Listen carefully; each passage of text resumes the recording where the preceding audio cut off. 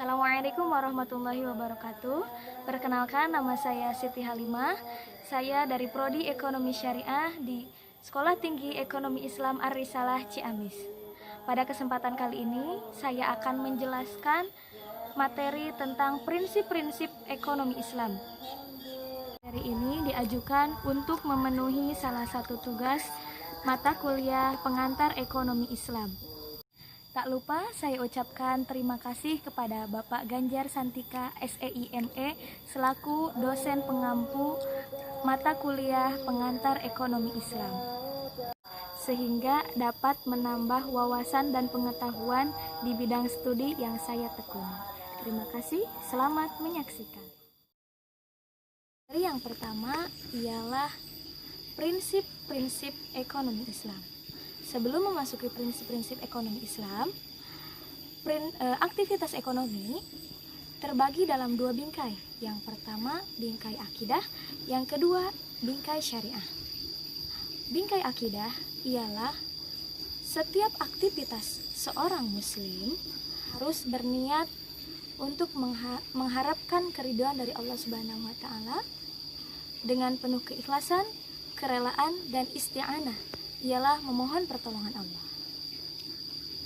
Aktivitas ekonomi yang kedua yaitu dalam bingkai syariah pada hukum-hukum Allah, yaitu kita sebagai seorang muslim harus melakukan aktivitas ekonomi disesuaikan dengan hukum Al-Quran dan As-Sunnah atau Al-Hadis. Selanjutnya kita memasuki prinsip-prinsip ekonomi Islam.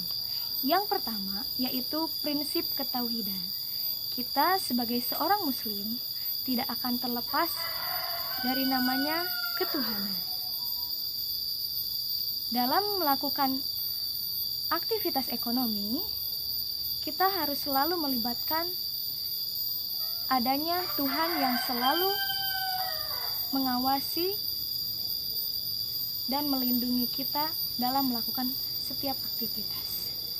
Prinsip ketuhanan merupakan prinsip utama bagi keberlangsungan ekonomi Islam. Yang kedua yaitu prinsip halal, di mana prinsip halal ini tidak diperbolehkannya aktivitas ekonomi memasuki ranah haram. Halal di sini ialah kita melakukan aktivitas ekonomi harus sesuai dengan tuntunan Al-Quran dan As-Sunnah yang telah disebutkan batas-batas halal dan haram. Kemudian yang ketiga yaitu prinsip kerjasama. Prinsip kerjasama ini merupakan prinsip kerja bersama yang membantu solidaritas dan juga kebersamaan melakukan kegiatan ekonomi Islam. Yang selanjutnya yaitu prinsip maslahah, ialah kita melakukan aktivitas ekonomi harus menciptakan kemaslahatan atau keselamatan, yang mana prinsip maslahah ini didasari oleh dalil-dalil yang dapat membenarkan atau membatalkan suatu aktivitas ekonomi. Yang selanjutnya, prinsip kebolehan. Jadi, kita melakukan aktivitas ekonomi itu tidak ada unsur pemaksaan dan boleh melakukan kegiatan aktivitas ekonomi sesuai yang kita butuhkan. Prinsip yang selanjutnya ialah prinsip keadilan, di mana dalam melakukan aktivitas ekonomi kita harus menjunjung tinggi keadilan. Yang selanjutnya, sebelum pada prinsip selanjutnya, keadilan di sini ialah menempatkan sesuatu kepada tempatnya. Selanjutnya, prinsip kesukarelaan.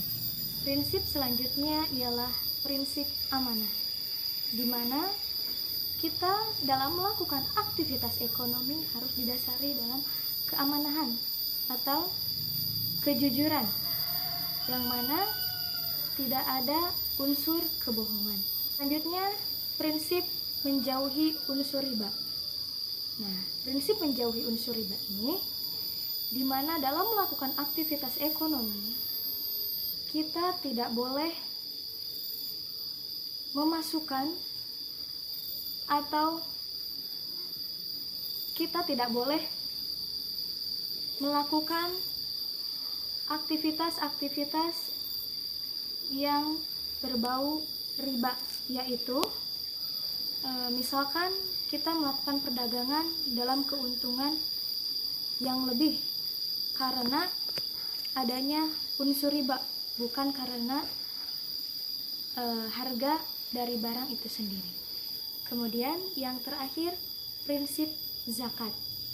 Zakat merupakan salah satu kewajiban umat seorang muslim apabila hartanya telah memenuhi nisab dan haul, di mana zakat itu merupakan salah satu cara supaya kita dapat mensejahterakan umat muslim, saudara kita sesama muslim dalam kegiatan ekonomi. Dari materi yang dipaparkan tadi dapat disimpulkan bahwa prinsip-prinsip yang ada di dalam ekonomi Islam tercipta supaya kesejahteraan dan keberlangsungan hidup umat muslim di dunia dapat semuanya tersejahterakan dan juga bisa selalu mendapat rahmat dan ridho dari Allah Subhanahu wa Ta'ala. Sekian pemaparan materi prinsip-prinsip ekonomi Islam yang dapat saya sampaikan. Mudah-mudahan kita semua mendapatkan manfaat dari apa yang saya sampaikan tadi. Mohon maaf apabila ada tutur kata yang salah yang dapat menyakiti pihak manapun. Sekali lagi terima kasih. Kritik dan sarannya saya tunggu. Terima kasih. Wassalamualaikum warahmatullahi wabarakatuh.